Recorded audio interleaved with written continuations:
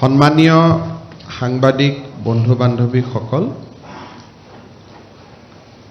আমি 2018 চনৰ পিছত অসমত বিনিয়োগৰ সম্ভাৱনা আৰু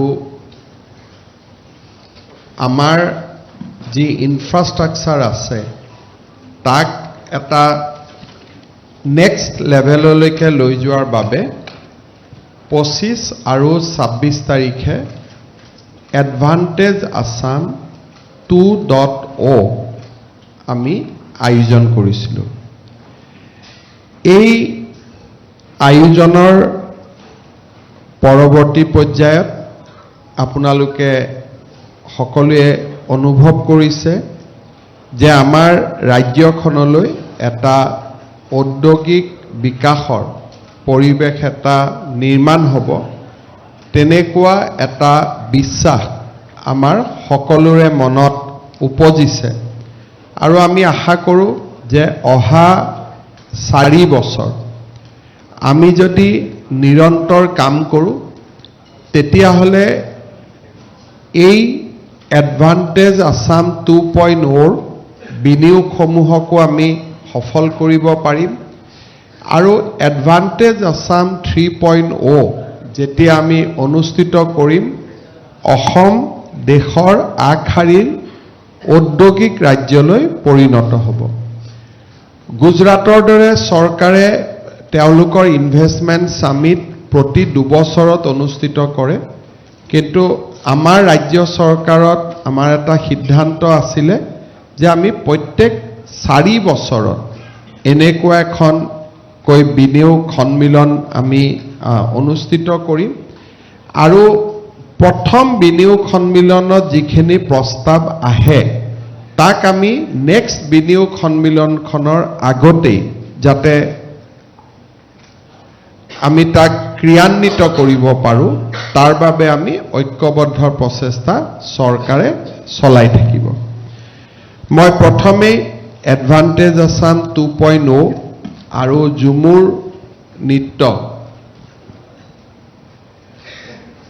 অকল চোৱাই নহয়, বিশ্বৰ দৰবাৰলৈ লৈ যোৱাৰ বাবে প্ৰধানমন্ত্ৰী নৰেন্দ্ৰ মোদী ডাঙৰীয়াক অসম চৰকাৰৰ পৰা অভিনন্দন জনাইছোঁ।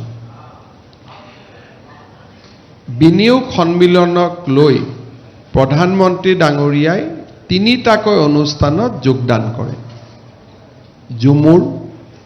ঝুমুৰৰ পিছত তেওঁ প্ৰদৰ্শনীখন খুব সুন্দৰকৈ উপভোগ কৰে আৰু শেষৰ দিনাও আপোনালোকে দেখা পাব যে প্ৰধানমন্ত্ৰী ডাঙৰীয়াই নিজৰ সময়তকৈ প্ৰায় আধা ঘণ্টা সময় আমাৰ এডভান্টেজ অসমৰ উদ্বোধনী অনুষ্ঠান তেখেতে প্ৰত্যক্ষ কৰে বা উপস্থিত থাকে। প্ৰধানমন্ত্ৰী ডাঙৰীয়াৰ সিদিনাখন বা তাৰ আগতে ৰাজস্থান, মধ্যপ্ৰদেশ, আমাৰ উৰিষ্যা আৰু অসম 4খনকৈ এইবাৰ তেওঁ বিনিয়োগ সন্মিলনত যোগদান কৰিছিলে, কিন্তু অসমৰ ক্ষেত্ৰত তেখেতৰ যিটো ইনভলভমেণ্ট আছিল, বিশেষকৈ উত্তৰ পূব ভাৰতক এখন ঔদ্যোগিক ৰাজ্যলৈ ৰূপান্তৰ কৰাৰ বাবে তেখেতৰ যি ইনভলভমেণ্ট আছিল সি অনন্য আছিল আৰু মই ভাবোঁ যে প্ৰধানমন্ত্ৰী ডাঙৰীয়াই যি ধৰণে উদ্যোগ প্ৰতিষ্ঠানসমূহক এক প্ৰকাৰ আহ্বান আৰু আহ্বানতকৈও অলপ নেক্সট লেভেলত গৈ তেওঁৰ যিটো ভাষণ যে मैं आप लोग सबको बोलता हूं कि आसाम में इन्वेस्ट कीजिए, সাধাৰণতে দেশৰ প্ৰধানমন্ত্ৰীয়ে এই ধৰণে এখন ৰাজ্যৰ কাৰণে পিচ নকৰে। তেখেতৰ ভাষণত আপোনালোকে মই নাভাবোঁ যে গুজৰাটতো তেওঁ তেনেকৈ ভাষণ দিছে যে ইহা আপ ইনভেষ্ট কিজিয়ে বুলি। ভাৰতত ইনভেষ্ট কৰিব কয়, কিন্তু স্পেচিফিক ৰাজ্য এখনৰ কথা প্ৰধানমন্ত্ৰী ডাঙৰীয়াৰ মুখেদি খুব কমেইহে মানুহে শুনিছে। গতিকে এইবিলাকে মানুহৰ মনত এটা প্ৰচণ্ড আত্মবিশ্বাসৰ সৃষ্টি কৰিছে, বিনিয়োগকাৰীসকলৰ মাজতো আত্মবিশ্বাসৰ সৃষ্টি কৰিছে। মই প্ৰধানমন্ত্ৰী ডাঙৰীয়াক অভিনন্দন জনাইছোঁ। ইয়াৰ উপৰিও গোটেই বিনিয়োগ সন্মিলনখন সফল কৰাত আমাৰ মিনিষ্ট্ৰী অফ এক্সটাৰ্নেল এফেয়াৰ্ছে এইবাৰ এটা বিশেষ গুৰুত্বপূৰ্ণ ভূমিকা পালন কৰিলে।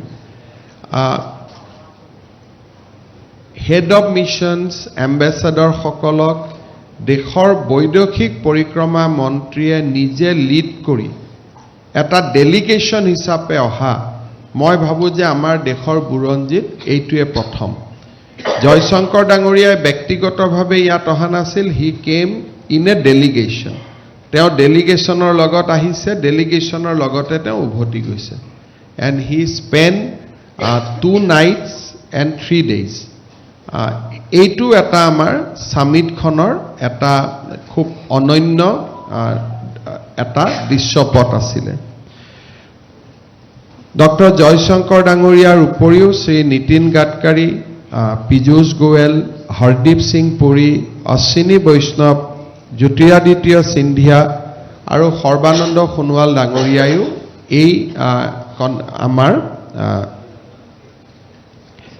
সামিটখনত যোগদান কৰে। আৰু প্ৰত্যেকগৰাকী ব্যক্তি বা প্ৰত্যেকগৰাকী মন্ত্ৰীৰ যি ছেশ্যন আছিলে, মিনিষ্ট্ৰিয়েল ছেশ্যন, গোটেইকেইটাত ডমেইন নলেজৰ পৰা আৰম্ভ কৰি ষ্টুডেণ্টছৰ পৰা, স্কলাৰ্ছৰ পৰা উদ্যোগীলৈকে আৰু কোনো ইনভেষ্টমেণ্ট সামিটলৈকে প্ৰত্যেকখন সামিটতে ইমান মানুহ উপস্থিত নাথাকে। টিল ভেলিডেক্টৰী শিৱৰাত্ৰি হোৱাৰ স্বত্তেও যি ধৰণে মানুহৰ উপস্থিতি আছিলে, আৰু আজিও প্ৰদৰ্শনীখন চালে আপোনালোকে দেখা পাব যে মানুহ এতিয়ালৈকে যোৱাই নাই।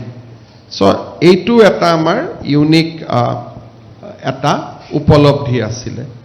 ৰাজ্যৰ সাংস্কৃতিক বিভাগ আৰু ৰাজ্যৰ সাংস্কৃতিক বিভাগৰ দ্বাৰা ঝুমুৰ, উদ্যোগ বিভাগৰ দ্বাৰা গোটেই এডভান্টেজ আছামৰ আয়োজন কৰা হৈছিলে।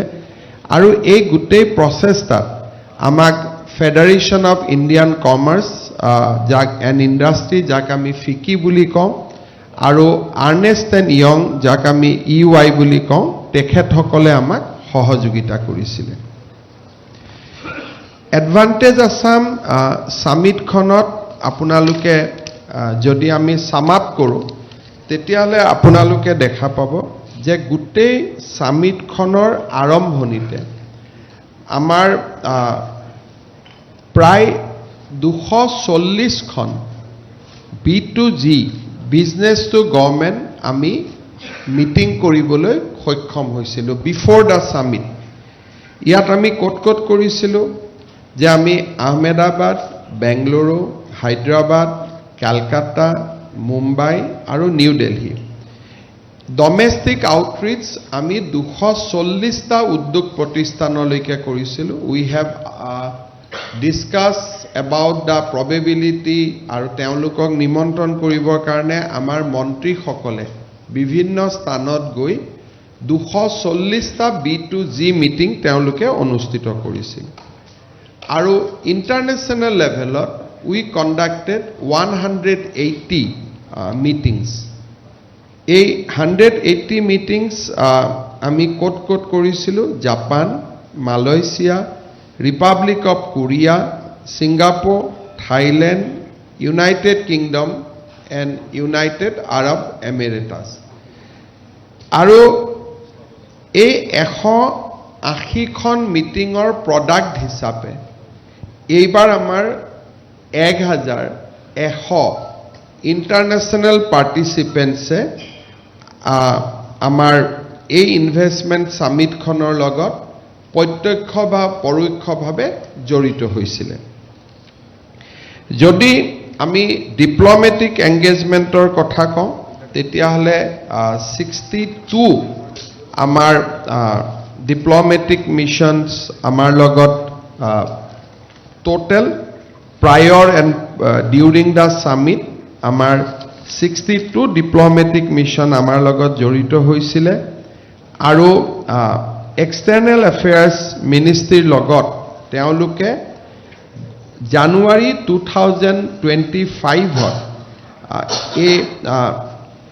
এক্ৰছ দ্য মেজৰ কাণ্ট্ৰিজ এমিয়ে নিজৰ ফালৰ পৰা আছাম উইক অনুষ্ঠিত কৰিছিলে গোটেই বিদেশসমূহত a week-long event organized by Indian embassies across major countries to highlight Assam opportunities and cultural heritage. আমি যোৱা নাই ৰাষ্ট্ৰদূতসকলে ভাৰতৰ ৰাষ্ট্ৰদূতসকলে নিজাববীয়াকৈ উদ্যোগ লৈ আমিতো 6খন 7খন ৰাষ্ট্ৰত গৈছোঁ কিন্তু ভাৰতৰ ৰাষ্ট্ৰদূতসকলে অসমৰ হৈ নিজে নিজে এম্বেছিসমূহত আছাম উইক অৰ্গেনাইজ কৰিছিলে চেন্ট্ৰেল গভৰ্ণমেণ্টৰ পৰা ইমান ডাঙৰ ইনভলভমেণ্ট আমি কেতিয়াও দেখা পোৱা নাছিলোঁ পীযুষ গোৱেল ডাঙৰীয়াই আমাৰ হৈ ৰোড শ্ব'টো অংশগ্ৰহণ কৰিছিলে এই গোটেইবিলাকৰ ৰিজাল্টটো আছিলে যে this was a massive participation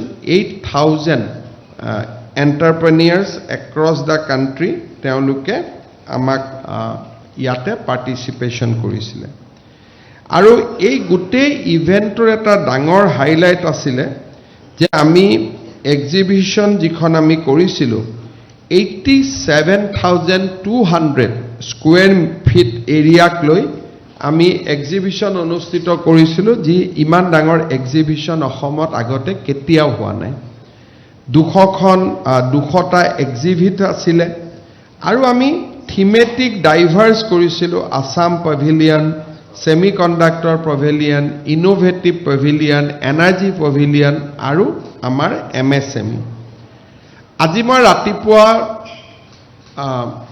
এক্সিবিশ্যনৰ পৰা মই আহিছোঁ এটা কৈ চাইছোঁ অসমৰ ষ্টাৰ্টআপছ তেওঁলোকে ভাৰতৰ সেনাবাহিনীত ড্ৰোন দিছে অসমৰ ষ্টাৰ্টআপে বৰ্ডাৰ এৰিয়া পেট্ৰলিং কৰিছে অসমৰ ষ্টাৰ্টআপে এতিয়া মেডিকেল কলেজ নিৰ্মাণ হৈ আছে তাতে যিটো মডিফাইড ব্ৰিক্স আমাৰ ষ্টাৰ্টআপে দিছে ইঞ্জিনিয়াৰ্ড বেম্বো তেওঁলোকে নিৰ্মাণ কৰি যোগান ধৰিব পাৰিছে সো এক্সিবিশ্যনখনেও এখন আত্মবিশ্বাসী অসমৰ প্ৰতিচ্ছবি আমাৰ সন্মুখলৈকে লৈ অহাত শক্তিশালী হৈছিলে আৰু তাৰ লগত এখন ভৱিষ্যত অসম য'ত নেকি টাটা সেমিকণ্ডাক্টৰৰ প্লান্ট দেখুওৱা হৈছিলে য'ত নেকি আমাৰ নতুন এয়াৰপোৰ্ট কেনেকৈ এৰো চিটিলৈকে কনভাৰ্ট হ'ব তাক দেখুওৱা হৈছিলে আমাৰ নতুন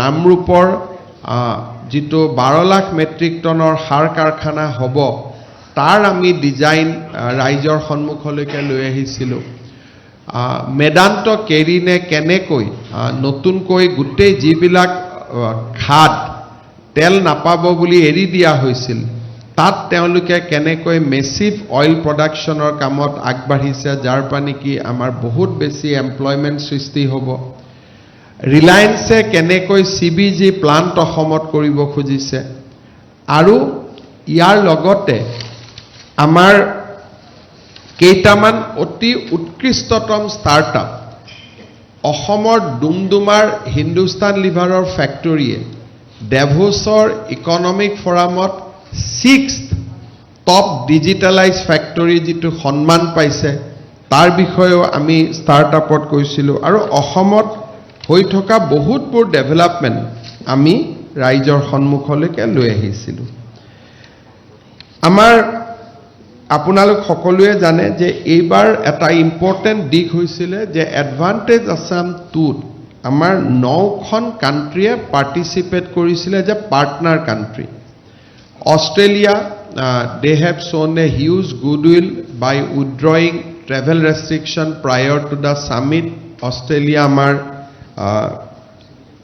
পাৰ্টনাৰ কাণ্ট্ৰি আছিলে ভূটান আমাৰ পাৰ্টনাৰ কাণ্ট্ৰি আছিলে জাৰ্মানী আমাৰ পাৰ্টনাৰ কাণ্ট্ৰি আছিলে ইণ্ডোনেছিয়া আমাৰ পাৰ্টনাৰ কাণ্ট্ৰি আছিলে জাপান আমাৰ পাৰ্টনাৰ কাণ্ট্ৰি আছিলে মালয়েছিয়া আমাৰ পাৰ্টনাৰ কাণ্ট্ৰি আছিলে ছিংগাপুৰ পাৰ্টনাৰ কাণ্ট্ৰি আছিলে থাইলেণ্ড পাৰ্টনাৰ কাণ্ট্ৰি আছিলে আৰু ইউনাইটেড কিংডম আমাৰ পাৰ্টনাৰ কাণ্ট্ৰি আছিলে apart from this European union has also শোন কিন ইণ্টাৰেষ্ট আমাৰ সেলফ হেল্প গ্ৰুপসকলৰ লগত তেওঁলোকে একেলগে সাস্টেইনেবল প্ৰডাক্টছ নিৰ্মাণৰ ক্ষেত্ৰত ইউৰোপিয়ান ইউনিয়ন হেজ অলছো শোন কিন ইণ্টাৰেষ্ট ইয়াত আমাৰ কেইবাটাও bilateral agencies Indo Japan business council Korea trade investment promotion agency যাক কোট্ৰা বুলি কোৱা হয় জাপান এক্সটাৰ্নেল ট্ৰেড অৰ্গেনাইজেশ্যন যাক জেট্ৰো বুলি কোৱা হয় European Union US India business council US India strategic partnership টাইপে economic and cultural centre India UAE development forum India New Zealand business council আৰু Indo Korea business centre and Korea international cooperation agency তেওঁলোকে আমাক ইয়াতে অংশগ্ৰহণ কৰিছিল আমাৰ international ডেলিগেটছত খুব এটা উৎসাহ দেখা গৈছিল যে এইবাৰ ইউৰোপৰ পৰা 33 গৰাকী ডেলিগেশ্যন আহিছিলে এছিয়াৰ পৰা 128 ডেলিগেটছ আহিছিলে আফ্ৰিকাৰ পৰা 22 গৰাকী ডেলিগেটছ আহিছিলে আৰু নৰ্থ আমেৰিকাৰ পৰা 8 সাউথ আমেৰিকাৰ পৰা 6 গৰাকী আমি ঠিক যেতিয়া আমি আৰম্ভ কৰিছিলোঁ সেই সময়ত আমাৰ এটা অসুবিধা আছিল যে আমেৰিকাত সেই সময়ত ট্ৰানজিশন আছিলে from Biden to Trump so আমি আমেৰিকাৰ যেটো পটেনশিয়াল তাক আমি তেতিয়া হাৰ্নেছ কৰিব পৰা নাছিলোঁ কাৰণ ইণ্ডিয়ান এম্বেচিও কৈছিলে যে এতিয়ালৈকে আমাৰ আমেৰিকাত ট্ৰানজিশন হৈ আছে গতিকে সব মানুহ টেন্টেটিভ হৈ আছে মই ভাবো যে ইণ্ডো আমেৰিকা ট্ৰেড ডিল হৈ যোৱাৰ পিছত অসমে যিবিলাক আমেৰিকাৰ বাইলেটাৰেল এজেন্সি আছিলে তেওঁলোকে অসমৰ পটেনশিয়ালটো দেখি আমাক আমন্ত্ৰণ কৰি গৈছে যে আপোনালোকে আমেৰিকাত ৰোড শ্ব' কৰক আৰু আমেৰিকাৰ পৰা আপোনালোকে যথেষ্ট ৰেছপন্স পাব সো 2027 চনত আমি আমেৰিকাত এটা মেছিভ ৰোড শ্ব' কৰাৰ কাৰণে আমি চেষ্টা কৰিম subject to the permission of government of India in 2027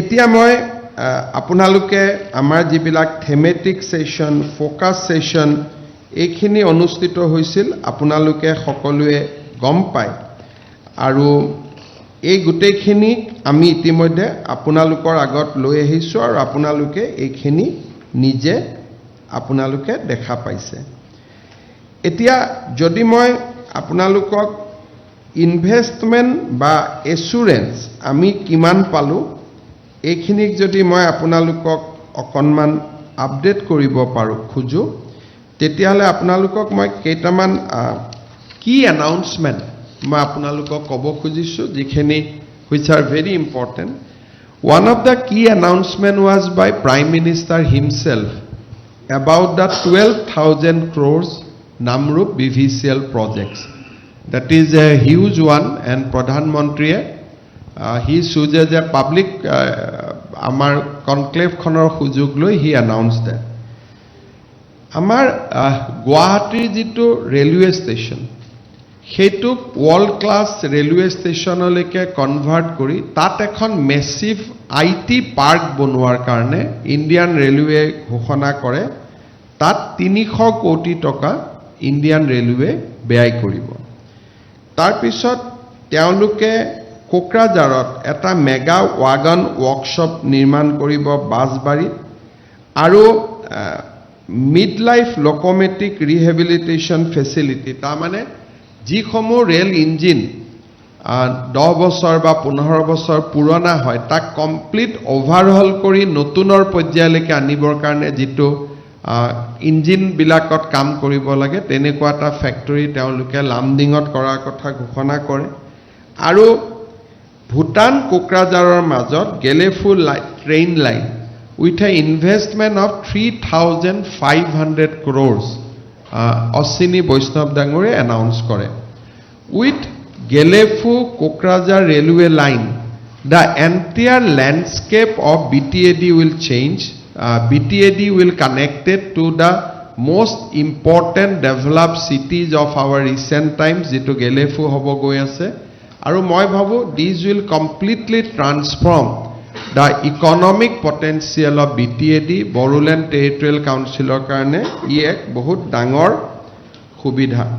ইয়াৰ উপৰিও 9টা গতি শক্তি কাৰ্গো টাৰ্মিনেল এই গোটেইবিলাক মিলি আমাৰ অশ্বিনী বৈষ্ণৱ ডাঙৰীয়াই প্ৰায় 7,200 কোটি টকাৰ ইনভেষ্টমেণ্ট তেখেতে এনাউন্স কৰে।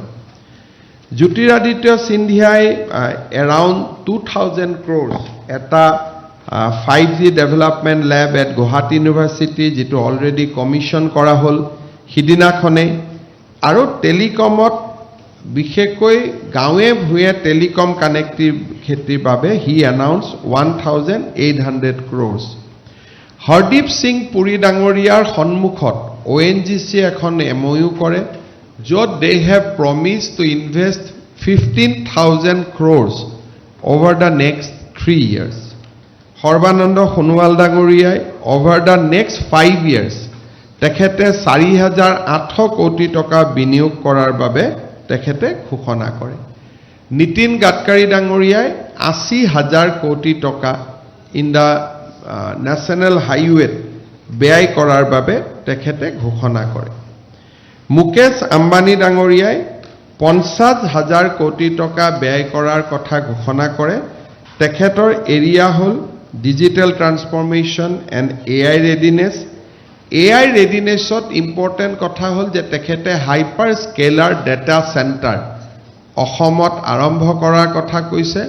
He has also mentioned that অসমত GCC এটা গ্লোবেল কাষ্টমাৰ কেয়াৰ য'ত lot of employment opportunity create হয় তাকো তেওঁ ৰূপায়ণ কৰাৰ কথা ঘোষণা কৰিছে। তেখেতে ক্লিন এণ্ড গ্ৰীণ এনাৰ্জিত আমাৰ আপোনালোকে জানে যে ভাৰত চৰকাৰে স্মল নিউক্লিয়াৰ ৰিয়েক্টৰৰ জৰিয়তে ক্লিন নিউক্লিয়াৰ এনাৰ্জি উৎপাদন কৰাৰ বাবে এইবাৰ সমগ্ৰ দেশতে প্ৰচেষ্টা চলাব। মুকেশ আম্বানী ডাঙৰীয়াই অসমত CBG অৰ্থাৎ নাইপাৰৰ পৰা যিটো বায়'ফুৱেল হয় নাইপাৰৰ পৰা বায়'ফুৱেল উৎপাদন কৰাৰ কথা ঘোষণা কৰিছে। আমি অহা 15 দিনত কাৰ্বি আলঙত তেখেতক মাতিও দিম so that CBG plantation can start immediately, NIPER plantation can start immediately। আপোনালোকে মোক কোনোবাই তুলিৰাম ৰংহাং ডাঙৰীয়াক জাপানত লৈ যাওঁতে কৰবাত লৈ যাওঁতে আমাৰ 2-এজন মানুহে মোক প্ৰশ্ন কৰিছিলে কিন্তু সকলোৱে এইটো জানা উচিত যে আটাইতকৈ অসমৰ resource minerals and land Karbi আলং আৰু ডিমা হাছাওতে আছে। সো অসমৰ ফিউচাৰ ইণ্ডাষ্ট্ৰিয়েলাইজেশ্যনৰ কাৰণে both the district are key to that। আমাৰ বহুত মানুহে কেতিয়াবা বুজি নাপায় সবতে ঠাট্টা মস্কৰা হাঁহি কৰে কিন্তু এতিয়াও যে আমি CBGৰ কাৰণে মাটি দিম আমি মাটি কাৰ্বি আলঙতে আম্বানীক দিব লাগিব বেলেগ কোনো জায়গাত CBGৰ অনুকূল মাটি নাপাওগৈ। তাৰ পিছত food and consumer market he shown a very keen interest to establish a food park in Assam। কেম্পাকোলা তেওঁলোকে বনাই নাও তেওঁলোকে FNGG মাৰ্কেটত আহিছে তেওঁলোকে আজিকালি সকলো ফুড কৰে।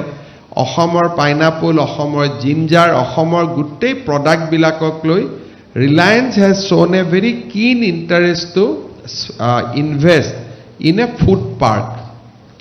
Secondly তেখেতে আমাৰ গুৱাহাটীত এখন 7-star অবেৰয় হোটেলো নিৰ্মাণ কৰাৰ কথা ঘোষণা কৰিছে। ফিলন্থ্ৰপিক ইনিচিয়েশ্যন হিচাপে তেখেতে শুৱালকুছিৰ সিল্ক আমাৰ যেটো আসাম সিল্ক শুৱালকুছিত নিৰ্মাণ হয় ৰিলায়েন্স ফাউণ্ডেশ্যনে শুৱালকুছিৰ সূতা বা শুৱালকুছিৰ প্ৰডাক্টক বিশ্বৰ দৰবাৰত লৈ যোৱাৰ কাৰণে এটা it is not a investment তেওঁলোকে তাত কোনো ব্যৱসায়িক বিনিয়োগ নকৰে সামাজিক সেৱা হিচাপে বিভিন্ন জায়গাত এক্সিবিশন বিভিন্ন জায়গাত ৰিটেইল ষ্টপ আদি লগোৱা ইয়াত there is no business in that as a philanthropic contribution হিচাপে তেখেতসকলে শুৱালকুছিত কাম কৰিব খুজিছে আৰু অসমৰ বেম্বুৰ ওপৰত নতুন নতুন ৰিচাৰ্চ এণ্ড R&Dও ৰিলায়েন্স গ্ৰুপে কৰিব খুজিছে Tata has come up with a huge announcement আপোনালোকে probably follow কৰিব পাৰিছে যে জাগিৰোডৰ semiconductor facility tour equivalent যেতিয়া কৰিব maybe this will be more investment হ'ব তেওঁ এটা ইলেক্ট্ৰনিক ম্যানুফ্যাকচাৰিংৰ কাম কৰিব খুজিছে means mobile manufacturing ইলেক্ট্ৰনিক হলে তাত semiconductor is one vertical other vertical is electronics electronic manufacturing বুলি ক'লে পোনপটীয়াকৈ দেশত মোবাইল ম্যানুফ্যাকচাৰিংৰ কথা মনলৈ আহে Samsung Apple এইবিলাক যি mobile ম্যানুফ্যাকচাৰিং so Tata has promised another electronic factory in Assam with similar investment 30,000 crores ইয়াৰ উপৰিও Tata Power Indian Hotel another 30,000 crores তেওঁলোকে আমাৰ লগত MOU কৰে ইয়াত solar production পৰা nuclear power plant পৰা solar power plant পৰা solar equipment installation পৰা house roof solar লৈকে they have a basket of 30,000 crores তেওঁলোকে announce কৰে আৰু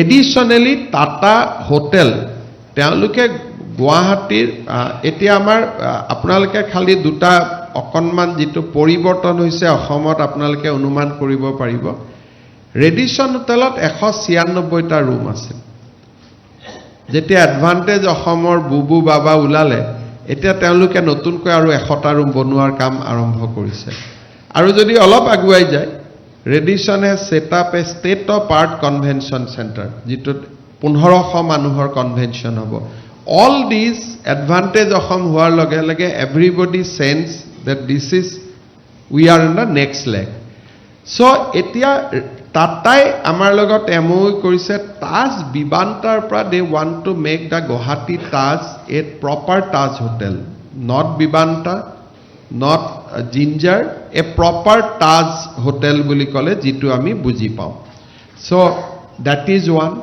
জাগিৰোডত এখন তেওঁলোকে টাটাৰ হোটেল এখন বনাব কাজিৰঙাত আমি আগতে MOU কৰিছো so Tata has apart from a big semiconductor electronics industry in addition to what they have done they have signed MOU on power hospitality and few other sectors also they have signed MOU Sajjan Jindal has promised that তেওঁলোকে অসমত thermal power station এটা কৰিব যত নেকি they will start with production of 600 megawatts but that can go up to 1200 megawatts so নতুন thermal power plant eta renewable power plant eta and they want to start a cement factory also I think Sajjan Jindal is looking for a big investment in Assam but this is what the present announcement a thermal power station a renewable power investment and a cement factory Onil Agaral he is from Vedanta Resource he will spend 50,000 crores for exploration যদি অকনমান আপোনালোকে ইয়াক ভিতৰলৈকে যায় বুজিব চেষ্টা কৰে the game is simple যদি কোনোবাই অসমত এক্সপ্লোৰেচনৰ কাৰণে ইনভেস্ট নকৰে তেতিয়ালে আমি অসমৰ hydrocarbon ৰিজাৰ্ভটো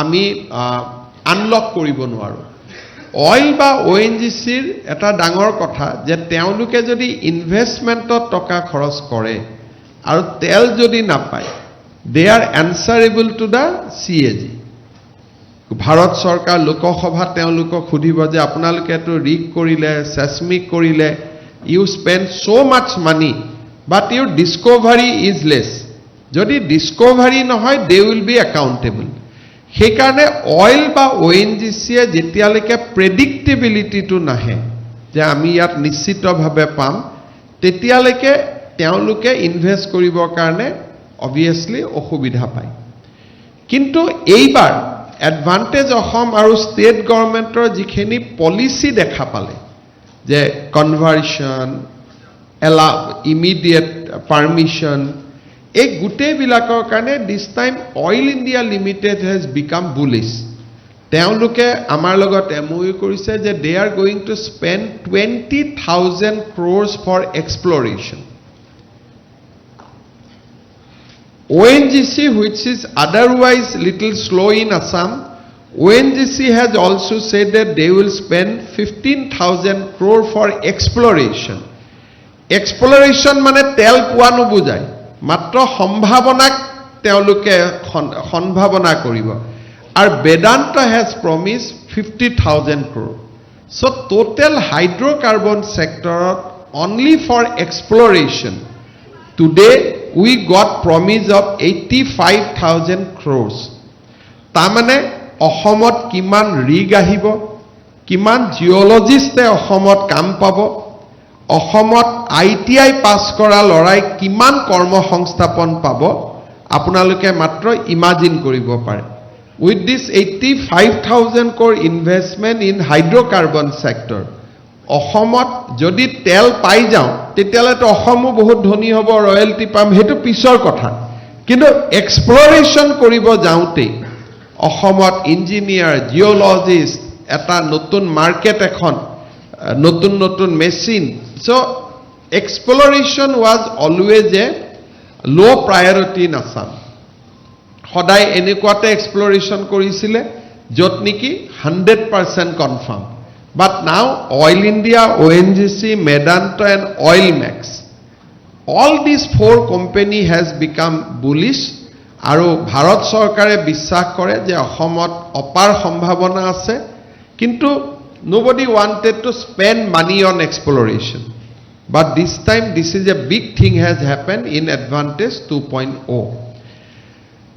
Adani Gautam Adani Dangoriai ঘোষণা কৰিছে যে he will spend 50,000 crores and তেখেতৰ investment is ongoing Guwahati airport আমি জুলাইত আৰম্ভ কৰিম কিন্তু আমি ভাবো trial and all it will take little more time তেখেতে ইনভেস্ট কৰাৰ সেক্টৰ খিনি তেওঁ আইডেন্টিফাই কৰিছে এয়াৰপোৰ্টছ এয়াৰপোৰ্টছৰ লগত he want to develop a aero city নতুন দিল্লীত গলে যেনেকে এখন এৰো সিটি পায় তেও গুৱাহাটীত ওচৰৰ গুটে এৰিয়াটোক আমি যদি সহায় কৰিব পাৰো he wants to develop a arrow city so Kolkata doesn't have a arrow city in true sense of term দূৰত হোটেল বিলাক আছে যদি আমি গুৱাহাটীত এৰো সিটিখন কৰিব পাৰো ইণ্ডিয়াৰ অল কনভেনশনস যিমান ডাঙৰ ডাঙৰ কনফাৰেন্স হয় কনভেনশনস হয়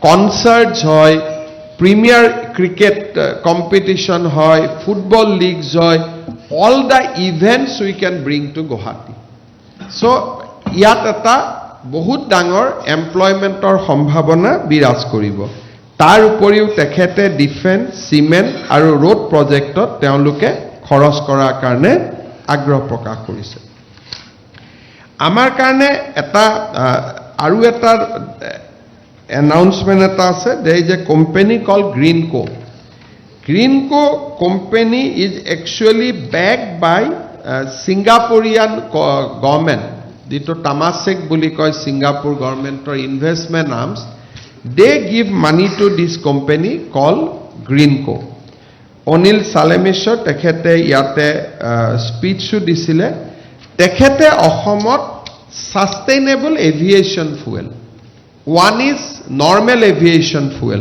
jito fossil fuel base kintu he wanted to develop a sustainable aviation fuels hub in Assam aru India etialeke sustainable aviation fuel hua nai Assam can take pretty lead with that so ei gutei khini jodi ami big announcement on infrastructure MOUs aru district level ot hua saikhor সকলো খিনি যদি আমি round up কৰো then the total commitment on the investment summit has gone up to 5,18,205 crores over the next 5 years. So we should not, আমি misread কৰিব নালাগে. This is not announcement for 1 year.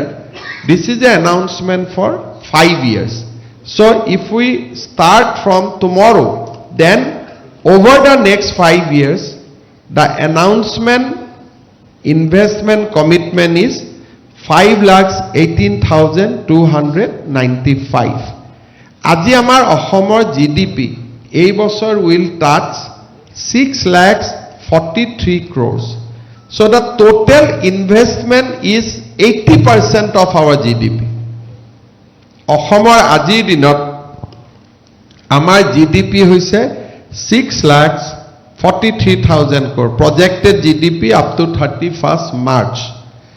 Against that, total investment commitment has come 5,18,295 crores. So it is almost equivalent to our GDP.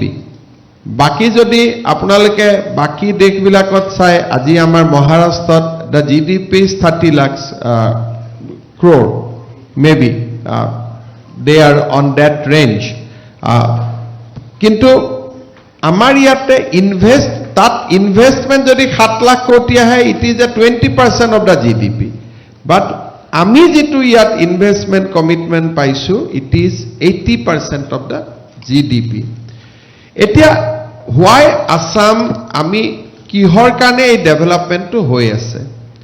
আজি মই সামান্য কথা কেটা মানে কৈছো যে অৰুণাচলত ভাৰত চৰকাৰে 6টা পাৱাৰ প্ৰজেক্ট বনাই আছে।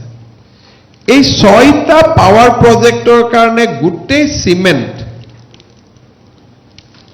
ইয়াত ইমান কিয় সিমেন্ট ইন্ডাস্ট্রি আহিছে? Because they have seen the potential যে ইমান কাম হৈ আছে, অসমত কাম হৈ আছে, অৰুণাচলত কাম হৈ আছে, Assam can be a hub of cement production. So এই ধৰণে লাহে লাহে অসম যি আমাৰ যি ফোৰ্টে নাছিলে, অসমত আজিৰ পৰা 10 বছৰ আগত এটাও সিমেন্ট ফ্যাক্টৰি নাছিলে, বোকাজানৰ সিমেন্ট ফ্যাক্টৰিটো আছিলে বা মেঘালয়ত মামলুছেৰা আছিলে, কিন্তু সাডেনলি 10 বছৰ আগত আমি যি কল্পনা কৰিব পৰা নাছিলো, আজি অসমত আমি তাতে আটাইতকৈ ষ্ট্ৰং হৈ গলো। Over the next 5 years, Assam will be 3rd highest cement producing state in India. যেটো আগতে এবিলা কথা আমি ভাবা নাছিলো। এতিয়া মই ভাবো that next যেতিয়া বেম্বুৰ ওপৰত আৰু ৰিসাৰ্চ হ'ব, Assam can be a hub for green economy. যদি রিলায়েন্সত CBG প্লান্ট আহে, নিউক্লিয়ার প্লান্ট আহে, আৰু আমাৰ পৰা যদি বেম্বুক যদি আমি প্ৰপাৰলি প্ৰসেস কৰিব পাৰো, তেতিয়াহলে we have hydrocarbon, we have tea, we have cement, and the next big thing can be the green economy. So, and this MOU clearly reflect a movement towards a green economy in Assam. Sustainable aviation fuel, bamboo refinery, bamboo engineering, jiman ami MOUs dekhisu, clearly the investor in the country has sensed that Assam can be a hub for green economy in the days to come. So moi personally I am very satisfied on oil sector, karan aji ami mahot we get only 300 crores as a royalty. Urissaru imane royalty asil, but ebar koilak teoluke massive exploration korar lage lage today against Assam plan and amar revenue amar jito Ohomor revenue 37,000 koti, tar poriborte Orissa revenue has now shot up both tax and non-tax to 1,10,000 crore. But moi jetia 2003 GST meeting attend koribo goisilo, VAT or meeting attend koribo goisilo, mur aru Orissar VAT collection was almost same he samoyot. So from 2003 to 2025 Orissa has become 3 times of Assam. Primarily they have done massive investment in coal exploration and iron ore exploration. This time, অসমৰ তেলৰ potential বা গেছৰ potential যেটো unlock কৰাৰ কাৰণে ইমান almost 85,000 crores যেটো আমাৰ ওচৰত project আহিছে. If we can do that with proper policy parameter, আমাৰ যদি সকলোৱে মিলিজুলি আমি কাম কৰিব পাৰো, then next 5 years Assam GDP will become double. Aramot, the way we are growing today, we are growing at 12 to 13%, but we can grow at 20%. আৰু এই গোটেইবিলাকৰ জৰিয়তে আমি এটা আপোনালোকক কেইটামান দিন পিছত কম যে কিমান এমপ্লয়মেন্ট জেনাৰেশ্যন হ'ব যদি এই 5 লাখ কোটি টকা সঁচা অৰ্থত বিনিয়োগ হয়. আমি লাহে লাহে যেতিয়া এইটো হল we call it is memorandum of understanding without financial commitment. ইয়াত খালি মই কৰিব খোজো, আমি সহায় কৰিম. ইমান কি সহায় কৰিম? নেক্সট ৰাউণ্ড অফ ডিছকাশ্যন বা তেওঁলোকে কি ফেক্টৰী আনিব, কিমান এমপ্লয়মেণ্ট দিব, next round of discussion will start from the next month. এটা এটাকৈ এতিয়া আমি টেবুলত বহি খালি তেতিয়াতো খালি চাইনিং হৈছে, আলোচনা হোৱা নাই. চ' নাও from next month onwards proper discussion will take place.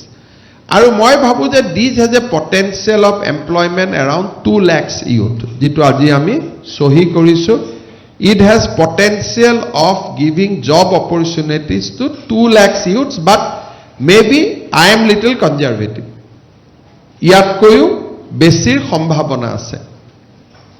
আৰু আমাৰ গোটেই সামিটৰ লগত সংগতি ৰাখি অসমৰ MSME সকলেও 6,774 crores rupeesৰ MOU কৰে.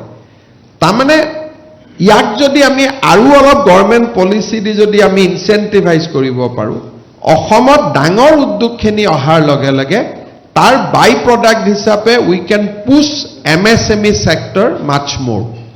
চ' ইয়াৰ পিছত আমি বেংকৰ লগত কথা পাতিম. অসমতো আমি এটা ইনভেষ্টমেণ্ট ফাণ্ড কৰিব লাগিব যাতে উদ্যোগীসকলে ইনভেষ্ট কৰিবৰ কাৰণে টকা পইচাৰ অসুবিধা নহয়. বেংকে তেওঁলোকক লোন দিয়ে. টুৰিষ্টসকল আহে, এতিয়া হোটেল খুলিব, যদি টুৰিষ্ট নাহে সেইটো নহ'ব. এই গোটেইবিলাকৰ লগত আমাৰ এইবাৰ গুৱাহাটীক মেডিকেল হাব কৰাৰ কাৰণেও এটা ডাঙৰ অপৰচুনিটি আমাৰ ওচৰত আহিছে.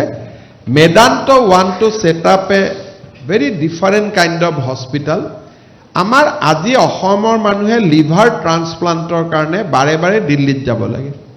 Medanta want to set up a hospital in Assam with 500 crores for the specialized hospital, 200 crore for mother and child hospital. আৰু লগত এখন লেমন ট্ৰিৰ hotel. So they wants to মোক এতিয়া গুৱাহাটীত কবাত মই 15 বিঘা মাটি বা 20 বিঘা মাটি দিব লাগিব. They want to bring a total infrastructure.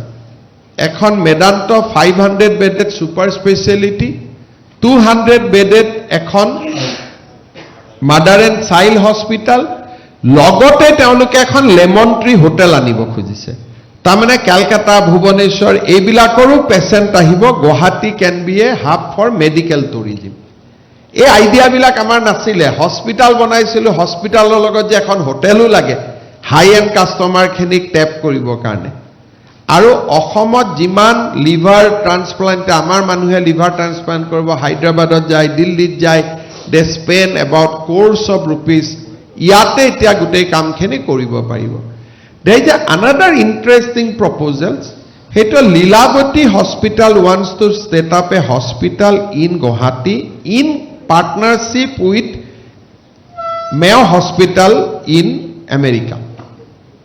যেটো ক্যান্সাৰৰ ওপৰত you know that they are very very progressive. তেওঁলোকে কৈছে যে আমাক যদি আপোনালোকে ইয়াত মাটি দিয়ে ভাল জায়গাত in the heart of the town, আমি আমেৰিকান চেইনৰ লগত R&D আৰু ট্ৰিটমেন্টৰ আমি কোলাবৰেচন কৰিম. So these two we got very big projects. ইয়াৰ লগতে আমাৰ অসমত সাকসেসফুল হেলথ সিটি, তেওঁলোকে আয়ুৰ্বেদিক কলেজ এখন কৰিব খুজিছে. Even De want to do a medical college on their own, And Pratiksha has also lot of good proposals. Aru education sector to ami 4-5 খন নতুন university proposals পাইছো. So health, veterinary, sericulture, সব মানে there is every sector এইবাৰ there is a lot of ক'ব গ'লে বাজ আৰু সকলোখিনিয়ে এইবাৰ আগবাঢ়ি আহিব খুজিছে. আমি যেতিয়াই এখন ৰাজ্য আগবাঢ়িব খোজে তাত ইনভেষ্টমেণ্টৰ লগত R&D লাগিব আৰু এই ৰাজ্যখনক সফট পাৱাৰ লাগিব আৰু সফট পাৱাৰৰ কাৰণে non financial MOUs were very very crucial. এইবাৰ আমি টোটেল আমাৰ গোটেই সামিটখনত আমাৰ এটা ইম্পৰ্টেন্ট ফিচাৰ্স আছিলে যে আমাৰ এইবাৰ আমি সামিটখনত 45 non financial MOUs, basically collaboration, CSR, philanthropic, যাক আমি অসমীয়া ভাষাত চান্দা বা ডোনেশন বুলি কম, তেনেকুৱা ধৰণৰ আমি 45 MOU আমাৰ স্বাক্ষৰিত হয়. ইয়াৰ ভিতৰত DST, তেওঁলোকে climate trends LLP, school livelihood, হেলথত Gates foundation, ministry of trade and industries Singapore, ITত HDFC বেংক, পাৱাৰত ONGC, CDOT স্কিল ডেভেলপমেণ্টত মিৰাজ জাপানিজ লাৰ্ণিং চেণ্টাৰ, মাইকো career partners, revenue and disaster মেনেজমেণ্টত গাৰ্নেছিছ, দহুৱাত গ্লোবেল টাইগাৰ ফৰাম, PWDত CSIR, ইণ্ডাষ্ট্ৰীত এমাজন, এই ধৰণৰ আমাৰ কেইবাখনো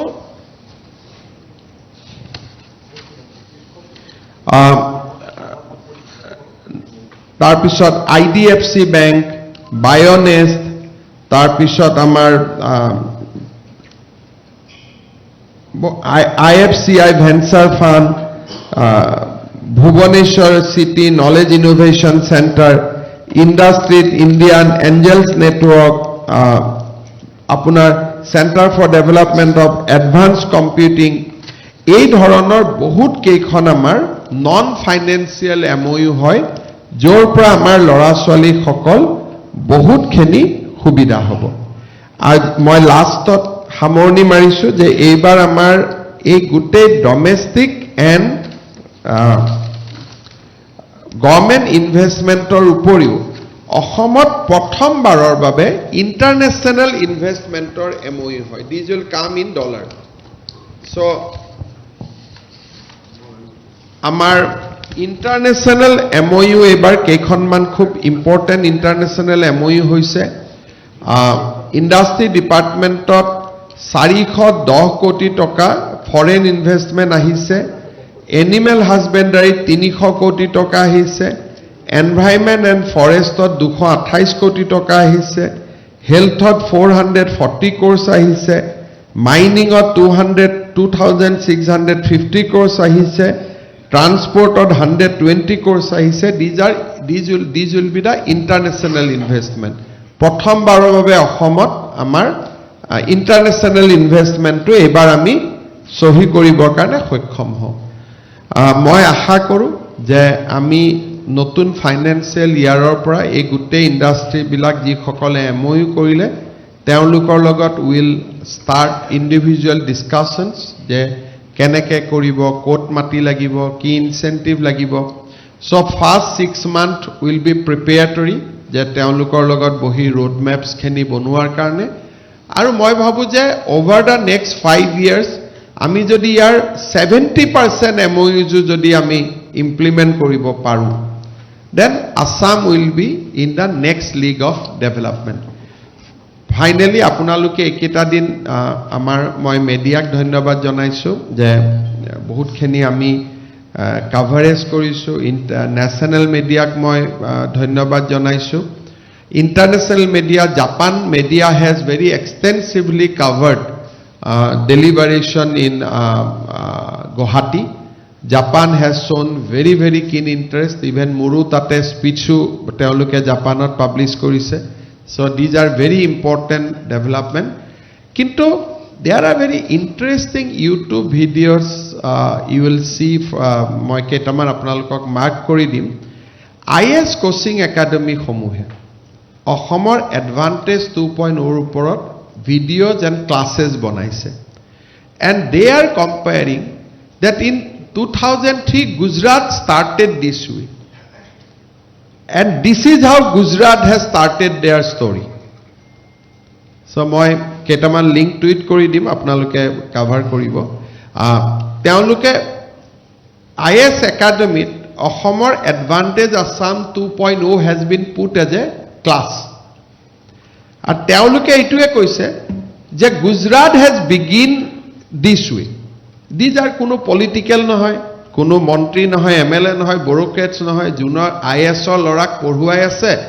তাতে তেওঁলোকে অসমৰ আৰু আমি যিমান ভাল কৰি ক'ব পৰা নাই because they are very thorough সাধাৰণতে একাডেমি বিলাক they are uploading classes ৰাতি মই পঢ়ি থাকোতে মই সাৰ্চ কৰি থাকোতে কালি মই ৰাতি দেখা পাইছো আৰু মোৰ খুব ভাল লাগিছে they have said that Gujarat started their story in 2003 in the same manner and same fashion what we have done in 2025. Maybe we are delayed by 22 years, but people have spotted that this is the same way Gujarat started their story. Aru moi bhabu je Ohome eta notun story eta advantage Assam 2.0 pora arambho korile. Horu eta media logot relevant horu kothate mo hamorni marisu je how everybody has a role to play. You will see in the writings of APJ Abdul Kalam. Ebar APJ Abdul Kalam Israelot goisile. Teo rati hui asile. And obviously that day Israel has seen lot of action. Hamasor logot there was a lot of missile exchanges. আৰু গুটে ৰাতি APJ Abdul কালামে লিখিছিল যে মই খুব পৰা নাছিল it was so intense fighting so ৰাতিপুৱা মই উঠিয়ে ফাৰ্স্ট মোৰ এট্ৰাকশন আছিল যে মই নিউজ পেপাৰখন পঢ়ো তেতিয়াতো টিভি নাছিল এনেকে সো মই নিউজ পেপাৰখন পঢ়ো and I want to know what is happening মই গুটে পেপাৰখন পঢ়িলো দেয়াৰ ওয়াজ নো ষ্টৰী হিদিনাখন পেপাৰৰ হেডলাইনটো আছিল ইজৰাইলৰ ফাৰ্মাৰ এজনে কেনেকে এটা ব্ৰেক থ্ৰু আনিছিলে দ্যাট ওয়াজ দা হেডলাইনস আৰু পিছত নাম্বাৰ 10-11 পেজত তেও দেখা পাইছিলে যে যোৱা ৰাতিৰ ঘটনাখিনি তাত লিখা আছিল সো এতিয়া ইট ইজ ফৰ আস অহা 15 আগষ্ট হ'ব কৰবাত সৰুকৈ কোনোবাই কৰবাত বোম এটাও থৈ যাব পাৰে whether media হেইটোৰ পিছতে আমি যাম লগে লগে আমি লিখিমে এডভান্টেজ আসাম কি হল একো নহল বোম আহি গল সো আমি নিজৰ ৰাজ্যখনক পিছুৱাই লৈ যাবৰ কাৰণে এতিয়াৰ পৰা ৰাজনীতি কৰিম এডভান্টেজ 1 কি হল টুইন টাৱাৰ কি হল প্ৰশ্নটো কৰিব বৰ ভাল কিন্তু টুইন টাৱাৰ চাবৰ কাৰণে আমি কোন কেইজন সাংবাদিক গৈছো বা আমি কেইজন মানুহ গৈছো আমি ধৰি লৈছো যে টুইন টাৱাৰটো নহল বুলি কিন্তু অসমত যে 800 কোটি টকা খৰচ কৰি টুইন টাৱাৰ হৈ আছে and 60% work is already completed আমি তো কোনো চাব যোৱা নাই একেটা দিন ফেসবুকত মই খালি এটোৱে পাইছো কি হ'ব এডভান্টেজ আসাম ওয়ানত একো নহল টুইন টাৱাৰে নহল বাট কোনোবা এসেম্বলিতে কাৰোবাক প্ৰশ্ন খুদিছে নেকি যে টুইন টাৱাৰটো নিৰ্মাণ হল নে নাই আমি ধৰিয়া লৈছো যে নাই হোৱা আমাৰ যেটো আপোনালোকে মোৰ লগত দেখিছিলে যে integrated directorate complex which we are building today it is the same design twin tower connected through a bridge and 60% work is already completed so আজি আমাৰ অসমত কি হৈছে আজি যদি আমি কোনোবা এক্সিবিশন খনত যাও তেতিয়ালে আমি গম পাম যে অসমৰ আমাৰ সৰকাৰে ইনস্পায়াৰ কৰা স্টাৰ্টআপ এদি আজি ইন্ডিয়ান আৰ্মিক ড্ৰোন দি আছে মোক আজি এজন সেটলা স্টাৰ্টআপে তাতে কৈছে যে স্যাৰ আমি অসমৰ ডিজাস্টাৰ মেনেজমেণ্টৰ ওপৰত আসাম স্পেচিফিক ছেটেলাইট এটা বনাব খোজো অসমীয়া ল'ৰা আমি ক'ব নোৱাৰাকৈ আমি যিখন অসম দেখি আছো সেইখন অসম সঁচা অসম নহয় we are living in a complete different Assam এইটো অসমৰ ইমেজে নহয় আজি যেতিয়া বাহিৰৰ কোম্পানীবিলাকে অসমক ফোন কৰিছে ইয়াত কিয় আহিছে অসমৰ পৰা ফিডবেক দিছে যে অসমত সম্পূৰ্ণ শান্তি ইয়াত একো গণ্ডগোল নাই ইয়াত মানুহবোৰ সাহসেদি কেনেকৈ আহিলে সো তাৰ মিনিংটো হ'ল যে অসমৰ মানুহৰো এতিয়া বহুত পৰিৱৰ্তন হৈছে আৰু আমিও সেই পৰিৱৰ্তনখিনিক আমি বাহিৰত এতিয়া অপেনলি ক'ব পাৰিছো মই ভাবো যে আমি যদি from here now onwards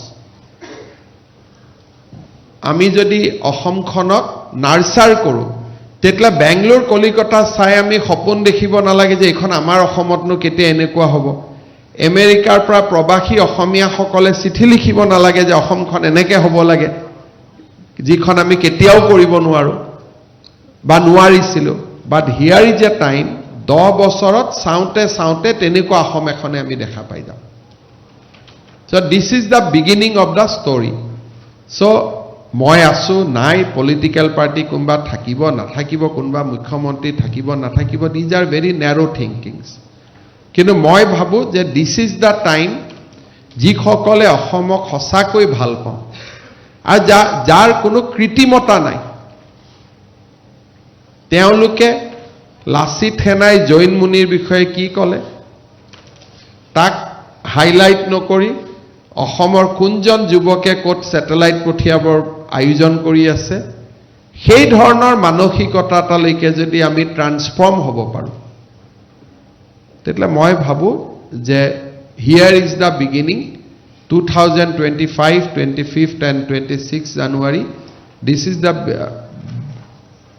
February this is the beginning of a new Assam অসমত আৰু এটা ডাঙৰ মোৰ মতে আৰু এটা আমি হাৰ্নেছ কৰিবলগীয়া ডাঙৰ বিপ্লৱ এটা আমাৰ অপেক্ষা কৰি আছে আমাৰ ডিপাৰ্টমেণ্ট বিলাকৰ প্ৰচেষ্টাত ASRLM Assam State Rural Livelihood Mission তেওঁলোকে finally they have motivated 40 lakhs women now কোনোবা এজন যদি এগ্ৰিগেটৰ আহি যেনেকৈ আমুলে আহি কি কৰিছিল সব মানুহক এটা এটা গৰু দি দিছিল যে তোমালোকৰ এটো গৰু গাখীৰখিনি আমি কিনিম and that's how Amul story started in Karnataka এতিয়া যদি আমাৰ ইয়াত যিকোনো ইন্ডাষ্ট্ৰি আহি এই 40 লাখ মহিলাক যদি ৰ মেটেৰিয়েল দি দিয়ে যে আপোনালোকে মোক এইখিনি প্ৰডিউস কৰি দিয়ক মই বিক্ৰী কৰিম আৰু আপোনালোকক তাৰ বিনিময়ত মই টকা দিম অসমত we can see a huge revolution মই ভ্যালিডেক্টৰীত হেটো মেনশন কৰিছিলো ধৰক আজি অসমত এটা সৰু মোৰ সীমিত জ্ঞানৰ মই উদাহৰণ দিছো কাৰণ কোম্পানী সকলে বিজনেস কৰা মানুহবিলাকে বহুত বেছিকৈ জানিব আজি যদি অসমৰ একোখন জিলা কোনোবাই যদি এই 40 লাখ মহিলাৰ 5 লাখ মহিলাক ধূপকাঠি দি লগত ধূপ বনোৱাৰ মেটেৰিয়েল দি দিয়ে এন্টায়াৰ ইণ্ডিয়াৰ ধূপ বনোৱা ইন্ডাষ্ট্ৰিটোৱে অসমত গুছি আহিব পাৰে কাৰণ নাও দে হেভ বিকাম এন্টাৰপ্ৰেনিয়ৰ্স অসমৰ মহিলা এতিয়া উদ্যোগীলৈ ৰূপান্তৰ হৈছে এতিয়া আমি পিঠা বনাই আছো লাৰু বনাই আছো কিন্তু পিঠা আৰু লাৰু অসমীয়া মানুহে খাব ইয়াক আমি ওয়াল মাৰ্কেটলৈকে লৈ যাব নোৱাৰো কিন্তু পিঠা আৰু লাৰুৰ লগত এতিয়া যদি আমাক ভাল হ্যান্ডলুমৰ ডিজাইন দি দিয়ে যে এই হ্যান্ডলুমটো তোমালোকে বনোৱা জাপানলৈকে লৈ যাম মই এতিয়াও মোৰ মনত পৰে এপিজে আব্দুল কালামক যেতিয়া মই শুৱালকুছিত মাতিছিলো তেখেতে মোক কৈছিলে যে ইয়াতে আমি জাপানৰ কাৰণে দৰকাৰী সব টেক্সটাইল শুৱালকুছিত বনাব পাৰো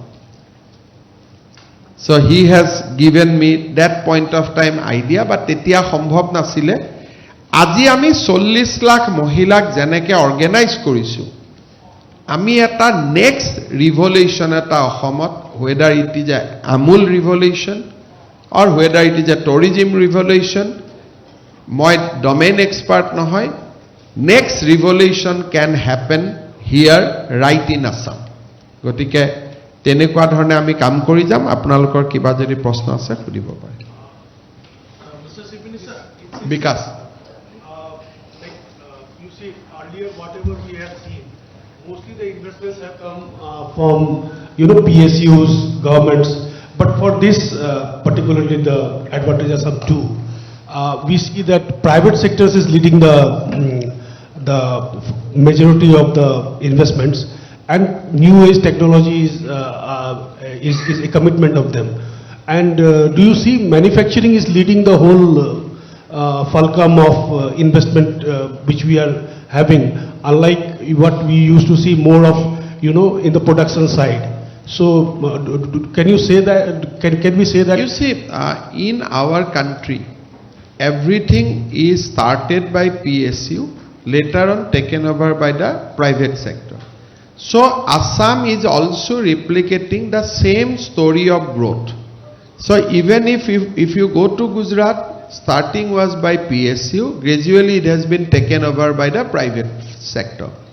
So now that story has started in Assam. We have seen lot of commitment, and there is a probability that we can make Assam a manufacturing hub for the basically on green power, powered by our bamboo and our natural resources. And Assam can also be hub or ships and advanced ship manufacturing if Tata can start number 1 project and they bring number 2. Then if they can have a 1 lakh score in Jagirud, then obviously in and around there will be lot of other factories will have to come. Today we have signed 9 MOUs of Toyota Electron and Dixo, many others to start in their offices in Assam beginning, and probably further. Ambassador of Japan has told me that now let us start discussion on incentive. So now they become convinced that we have to come to Assam. Last 3 years he has not told me that. But when he met me day before yesterday, he told me that Honorable Chief Minister, now let us talk to the next level, what Assam can give to the Japanese company if they decide to come. I think manufacturing, hydrocarbon, green power, we have a big potential, and let us harness it. One more thing which has gone a bit underrated, Infosys starting here. So exactly what it is like? You see that prior to this summit, we have shown 2 things. One, Kampakola started its production. Infosys started its first technical center. And we have also started a 500-seated BPO prior to the summit. So I think now data center, GCC, hyperscaler, all these we will be able to attract if we can little bit redefine our text in our engineering colleges, our polytechnics and our ITIs. So clearly the arrival of Infosys in Guwahati, commitment of Reliance for a hyperscaler data center, and movement of BPO from tier 1 city to tier 2. So we hold lot of potential, and I think beginning ইমান দিনৰ পৰা মই ভাবো ইয়াত যিসকল journalist আছে তেওঁলোকে মনত ৰাখিব যে 2006 we invited Narayan Murthy, Infosys, and he said that until Assam has a backup of networks, data, 5-star hotel, nothing will come. But today they have come on their own. We did not have to invite them. So this is how Assam is transforming. Mr. Chief Minister. This advantage of some summit, as we have pointed out, we have seen many firsts, like the Prime Minister himself announcing such a big investment. We are getting investment in dollars now. So, and just now you said people are now coming on their own without being invited. So,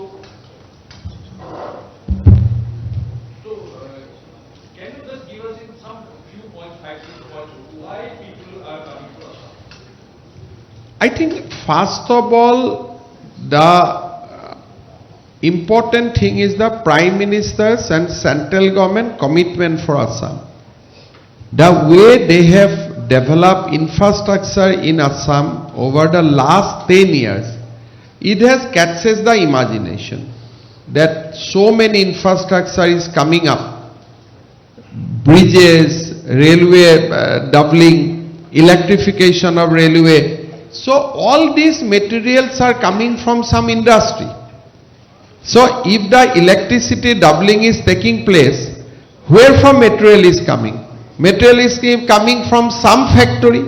So they know the destination in Assam is Assam.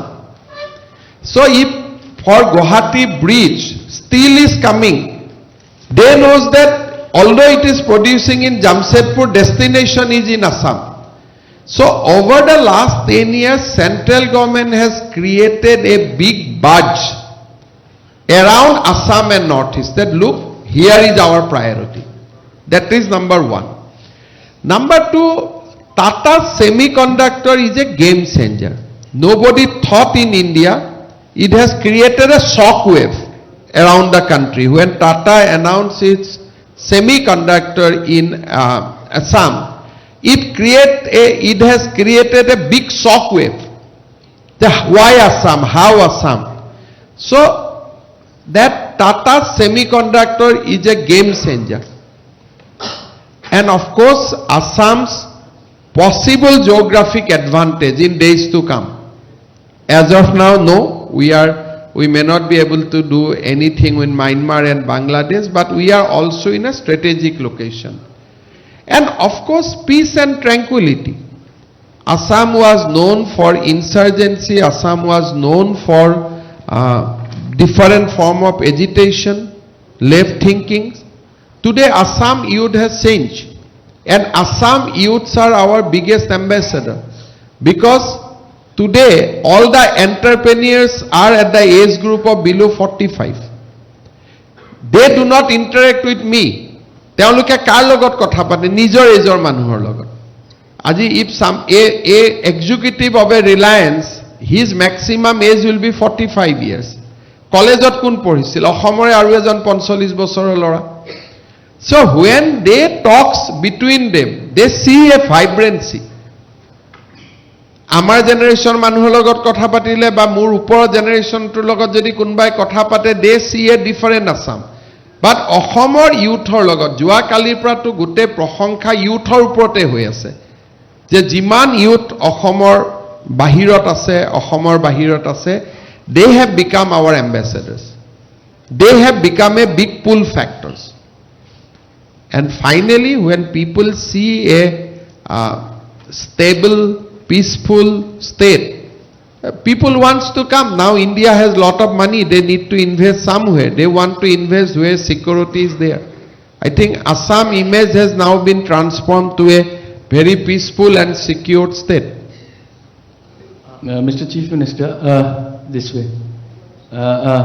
You have been talking of big ticket investment in oil sector. And in Assam there, in oil exploration, much more of an agitation has built across oil exploration. And that too, you are inviting private players for exploration. No, nobody is doing agitation. So do you see what is the future? Because I there think were earlier. I want to request you that from Assam, just minus the word agitation. Last 3 and 5 years, we have not seen a single agitation in Assam for any issue. People are inviting that do it, like I met Karbi Alang people. They are inviting people to explore in their area. So agitation word is in your mindset. Can you show me a single photograph of any agitation in Assam? Where is the agitation? You show me a single agitation where you see 1,000 people are assembling in last 3.5 years. So let us not spread a false narrative. My point was that I was talking because earlier there was thing. The No, things have earlier. changed. So do Earlier. you see a So now people are welcoming all the investment because investment lead to employment. মই আপোনালোকক এটা কথা কৈছো কোভিডৰ সময়ত মই প্ৰথম দেখা পাইছিলো যে অসমৰ ল'ৰা কিমান বাহিৰত আছে আৰু আমি কৈছিলোঁ যে আমি 2,000 টকা দিম মাহত 7 lakhs people has registered their names for 2,000 rupees এই ল'ৰা ছোৱালীখিনিক আমি এইটো ঘূৰাই আনিব লাগিব তেওঁলোকে কিহত কাম কৰি আছে য'ত আইটিত কাম কৰি আছে we need not to bring them back যোনে জাপানত যাব খুজিব 1.5 লাখ 2 লাখ টকা দৰমহা পাব we need not bring them back কিন্তু 7,000 8,000 টকালৈ কাম কৰি থকা ল'ৰাখিনিক অসমলৈকে ঘূৰাই আনাটো this is a moral responsibility of our society সেইকাৰণে মই ভাবোঁ যে পিপুল অফ আছাম অসমৰ মানুহ মোৰ লগত একমত যে আমি অসমত উদ্যোগীকৰণ এনেকুৱা এটা বাতাবৰণ কৰিব লাগিব যে দেউতাক মাকৰ পৰা 7-8 হাজাৰ টকা লৈ বাবে যোন আজি হায়দৰাবাদ বাংগালোৰত সাব হিউমেন কণ্ডিশ্যনত যিবিলাক ল'ৰা ছোৱালী আছে তেওঁলোকক ঘূৰাই আনা and I feel extremely pain যে কেতিয়াবা মোলৈকে ৰিকুৱেষ্ট আহে যে ল'ৰাজন কিবা কাৰণত এক্সিডেণ্ট হৈ মৰিলে বেমাৰ হ'ল the parents cannot bring their dead body back to Assam because they are so' low' paid এই ল'ৰা ছোৱালীখিনিক অভাৰ দ্য নেক্সট 5-10 years আমি অসমলৈকে আনিব লাগিব অসমৰ পৰা মেন পাৱাৰ যাওক but in a decent job at least 40,000 ওপৰৰ দৰমহা পাইছে অসমৰ পৰা যাওক কিন্তু 7,000 8,000 9,000 15,000 টকা দৰমহাত যিমান ল'ৰা ছোৱালী গৈছে অসমৰ বাহিৰত we have to bring them back আৰু মই ভাবোঁ যে people of Assam also share my views the majority people of Assam and আমি একেলগে কাম কৰাৰ কাৰণে সেইকাৰণে অসমত মই আই এম 100% কনফিডেণ্ট যে এইবাৰ ইণ্ডাষ্ট্ৰীক মাটি দিব খুজিলেও মানুহে আপত্তি নকৰে য'তে ত'তে মাটি দিলে বেলেগ কথা বাট আমি ভাবোঁ যে আমি মানুহৰ লগত কথা পাতি will be able to give lands to the industry will be able to give them other comfort biggest problem is land এই গোটেই ইণ্ডাষ্ট্ৰীবিলাকক লৈ অহাৰ ক্ষেত্ৰত আটাইতকৈ প্ৰব্লেম হ'ব যে আমি মাটি ক'ত দিম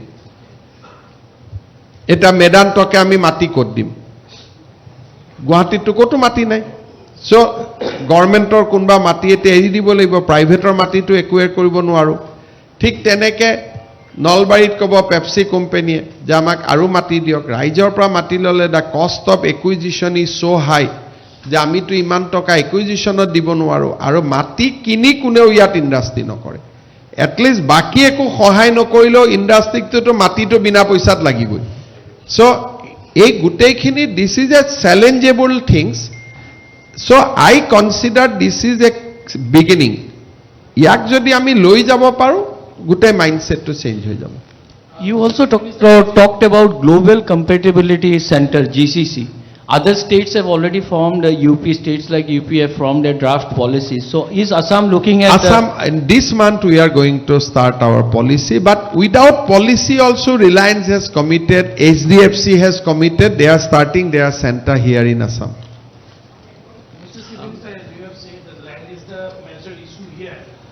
And Assam is quickly moving from an agrarian economy to industrial economy. So how you are planning to balance the agrarian economy and the industrial economy? Agrarian economy you should have 30%. For any stable society you should have 30% earning should come from agriculture. And we are not going to touch core agriculture land, so that will be there only. So I think the balance has to be there. You have to be 30% agriculture, 30% service, 30% industry, and balance 10% from mining. So we are going to achieve that ideal picture. Mr. Chief Minister. Address, you raised a very pertinent point about having a workforce to absorb this kind of investment commitments. And you specifically spoke about engineering colleges. And we have two of the oldest colleges, AEC and JACC, instead of being called to center. So are you thinking of working on the roadmap for complete overhauling of these engineering courses? There are lot of activities going on. যদি আপোনালোকে আমাৰ IT বিলাকত যায় তেতিয়ালে আপোনালোকে দেখিব যে টাটা টেকনলজিৰ লগত we have done a scheme 4,000 crore investment য'ত নেকি you will see all AR, VR kind of training is going on now in our ITIs. We have signed an agreement with NALCO in this summit. Jot niki they will bring skill to the secondary school. So we have signed the agreement with DOSALT. They have put their stall in exhibition also. They want to train our youth on for aviation industry. So that agreement has also been signed. So first priority before this industry is coming, we are going to take up those MOU which will create workforce. So yate etia ami কোনটো MOU আগত লম সৰকাৰটো ইমান মাটিও নাই টকাও নাই we have to phase out over the next 5 years. So we have categorized that all the MOUs of education and skills will take up fast because you need a workforce. So সেই কাৰণে আমি এটা খুব এটা systematically we are progressing আৰু মই ভাবো যে আমাৰ engineering college medical college, nursing college, ITIs, polytechnic, Assam Skill University, these will be hub for creating the workforce. And they are transforming themselves, but I will request them that they should transform more faster. Mr. Chief Minister.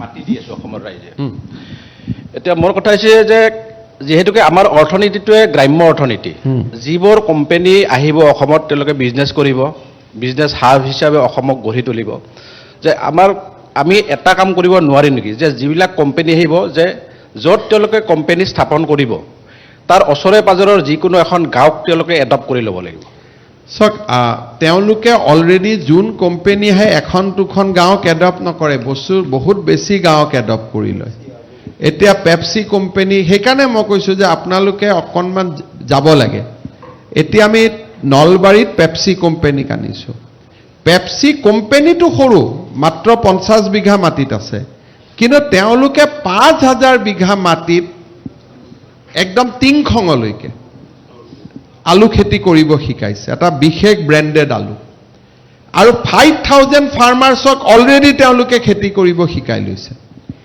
না sir মোৰ কথাটো আছিলে যে সেই গাঁওখনৰ infrastructure যেনে road development এখন তেওঁলোকে সেইটো কৰিলেতো অসমৰ পৰা চব পলাই যাব ইনফ্ৰাষ্ট্ৰাকচাৰটো ষ্টেটে দিব লাগিব আমি যদি কওঁ যে ইণ্ডাষ্ট্ৰি আহিছে এইটো চান্দা সংস্কৃতি হৈ গ'ল কিন্তু স্যাৰ গুজৰাটত যিবিলাক গুজৰাটত কোনেও নকৰে গুজৰাট চৰকাৰে হিয়া উজাৰি দিয়ে গুজৰাটত যদি এটা টেক্সটাইল ইণ্ডাষ্ট্ৰি কৰে দৰমহা 7000 টকা গুজৰাট চৰকাৰে দিয়ে প্ৰাইভেট ইণ্ডাষ্ট্ৰি কিন্তু দৰমহা 7000 টকা এইবিলাক পলিচিছবিলাক আমাৰ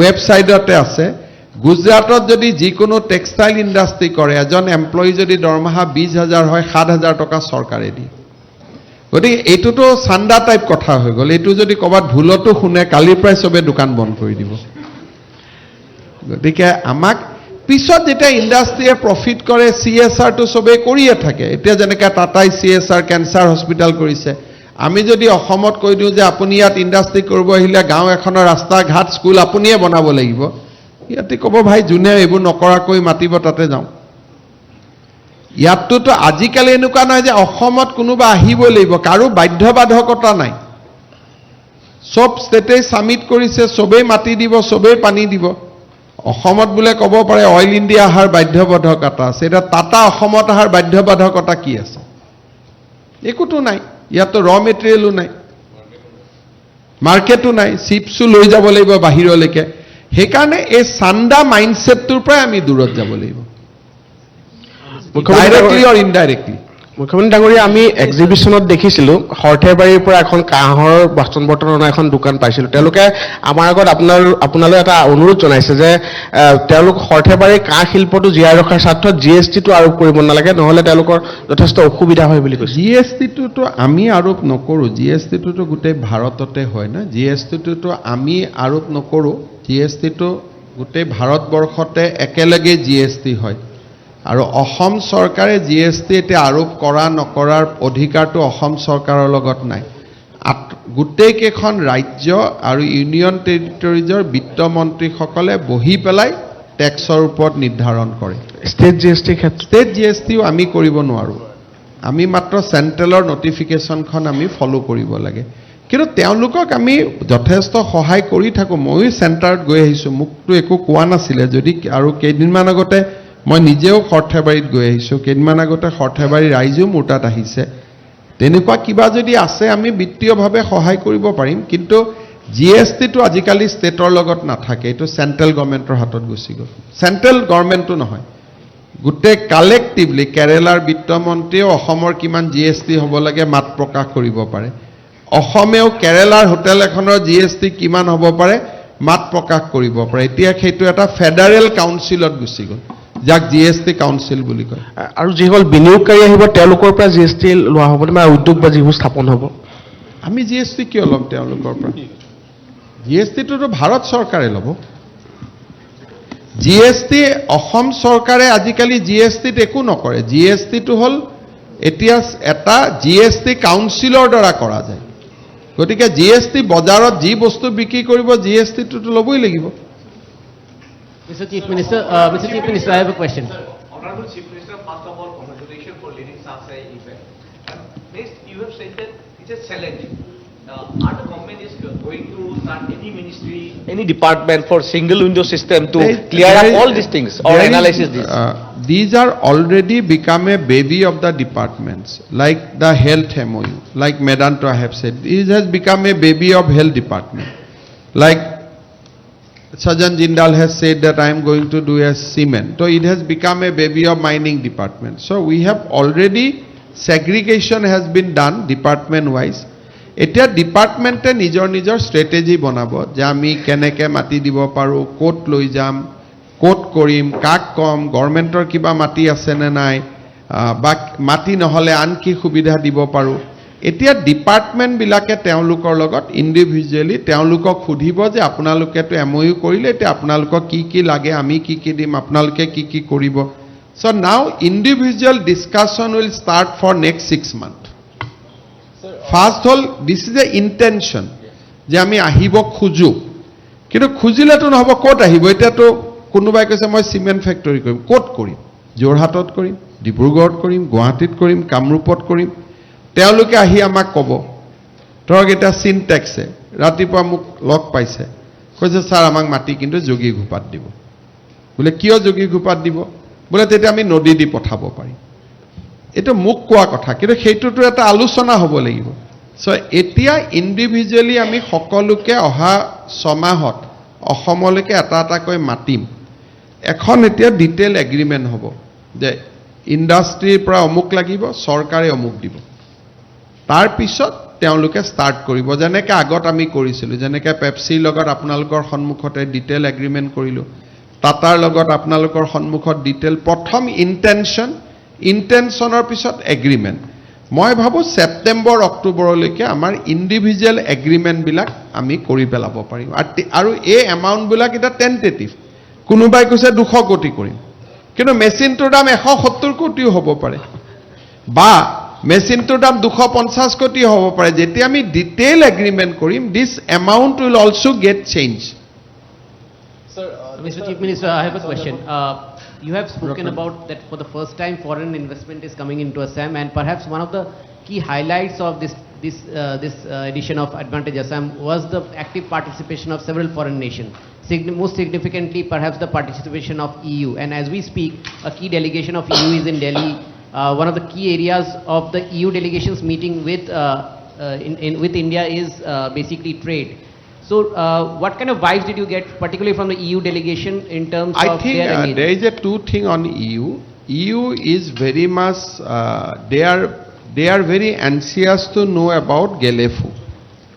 So, EU Commission, their representative is very much interested to know the GELEFU and what mirror image we want to do in Assam.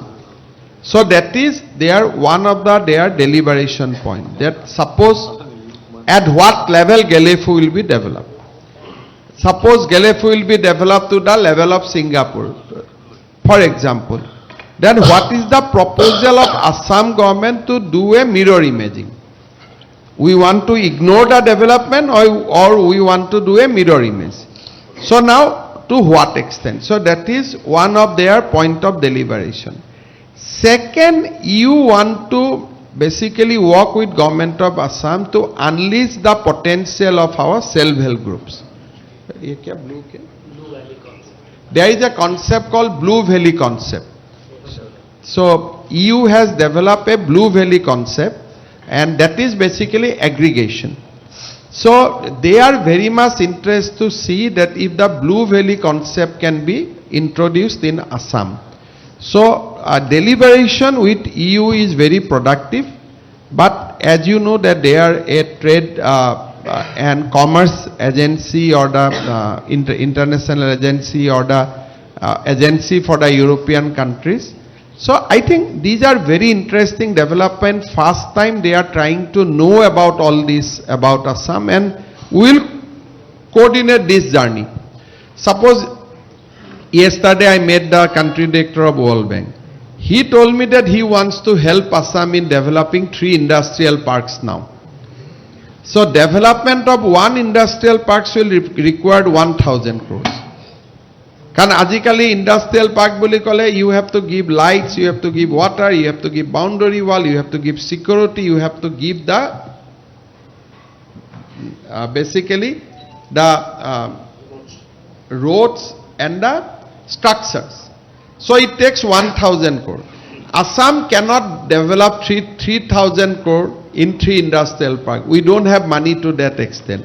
But now World Bank country director has told me that subject to the approval of government of India, he is ready to help us on that. So we are getting lot of helps from the country directors of various multilateral agency. Now we have, if you went to the Jagirod, you have seen a big design of a electronic city, I think with Jagirod. But building that electronic city will require 3,000 crores. So where from Assam will get money? Now ADB has said that yes, we will give you money for developing one in Jagirod, one in Palasbani. So we are also working behind the back to see where from we can collect money to give a proper environment to these industries. Like this industry will come, we will show them a hill. Nobody will come, mati to saye gusi jabo, mur MOU jagat pori jabo. So gotike eikhini karne muk industrial parks develop koribo lagibo, tar karne muk toka lagibo. So now I am also activating the source from where we will get money. Sir, that you have already mentioned that Assam has started a new story from this summit. And from the semiconductor to the manufacturing hub or the health hub or the medical hub, this one thing is the one special thematic session about this Act East, Act Fast and the Act First. Do you think that the Assam will emerge a new destination? I have already answered this question that 25th, 26th February we have laid a foundation for a new Assam. But now whether that foundation will have superstructure or not, it will be for the people of Assam. So I told you in 3-4 days prior also, I don't have the habit of putting adjective. You cannot get out adjective from me. I don't want to that this will, that will. I am very afraid of adjective. What I have said very benignly, humbly, that we have laid a foundation. From here onwards, what will happen, it is for the people of Assam to take forwards.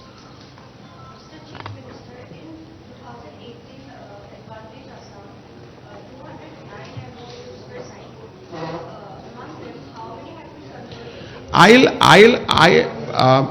tell you in a very modest way. MOU worth 1,50,000 crore was signed, and a total 75,000 crores has been materialized. The strike rate was almost 50%. Small MOU has not been replicated, but you should also know that after 2018 there is a COVID. But we could, Unlike other state, we could realize 50% of almost 70,000 crores we could translate it to investment from the last Advantage 1 summit. You listed land as your primary problem, challenge for Not primary problem, I will say it is a primary challenge in Assam. challenge for you. What other challenges that do you visualize along the way? Incentive, because industry will require incentive. Rich state can give lot of incentive, we cannot give. So that will be another point. Because this industry must have signed the same MOU with Madhya Pradesh also. They might have signed the same MOU with the Rajasthan also. They might have signed the same MOU with Odisha also.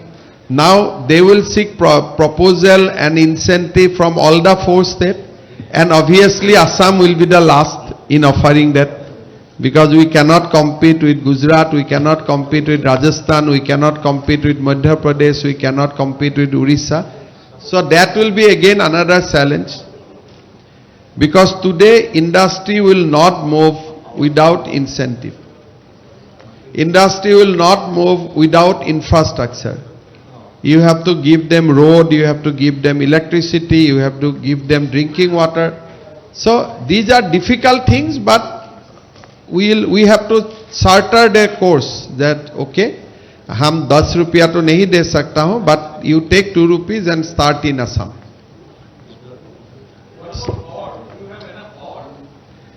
Power we have. Today we have powers. Today power available in grid. I mean, that is why I think we need to be little relevant on time. আজিকালি power কোনো state develop নকৰে. It is on grid. You pay money, power will come here.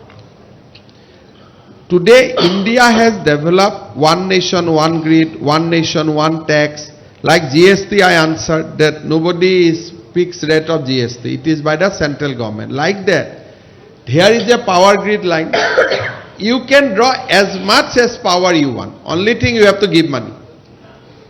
So that is why আজিকালি power to বহুত কথা নহয়, খালি power problem to হল যদি ইন্ডাস্ট্রিক আমি existing power লাইনত দিব নোৱাৰো, সে আমি হাফলঙত দিলো, হাফলঙৰ সেই গাঁওখনত পাৱাৰ নাই. So you have to create a new network. So net power is not a problem. Power tariff is a problem, because power tariff বিলাক যদি আপোনাৰ হাইড্ৰো পাৱাৰ না থাকে, থাৰ্মেল পাৱাৰ থাকে, you have to purchase at 7 rupees. Now 7 rupees ত গুজৰাটে কি কৰিব যে ঠিক আছে 7 টকা পাৱাৰ মই আপোনালোকক 3 টকাত দি দিম. They will subsidize 4 rupees. Assam government cannot subsidize. তো Assam government কি ক'ব লাগিব যে আমি আৰু উপায় নাই আৰু 7 টকাতে কিনক. So those are our challenge, not the availability of power. Affordability of power is a question. You have to give incentive, you have to give land, you have to give a working environment. But having said that, like as our GDP grow, we will develop a potential. There are many proposals probably who will need incentive, like what I have said that in hydrocarbon sector, whatever investment they will make, because we have potential. So there you don't need incentive. So these proposals has to be categorized. What you need incentive, where you don't need incentive, what incentive already exists. Many incentive, Unnati scheme of Government of India, already incentive are loaded there. So you may not have to give any additional incentive. Incentive will be given by Government of India. So here from now onwards to next 6 months, we have to analyze. So and very high value MOU, we have to say that please don't come now. So there will be refusal from our side also. Like we have today 5,18,000. But there will be 50,000, 1 lakh crore investment will be like that, who will demand something like sky. We have to politely told them that no, we cannot have you.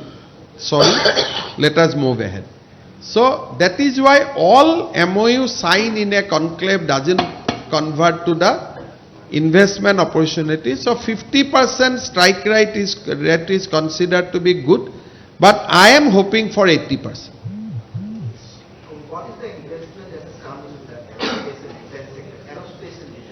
Adani has said that he is going to do a defense unit, but he has not said that out of 50,000, how much will be in defense.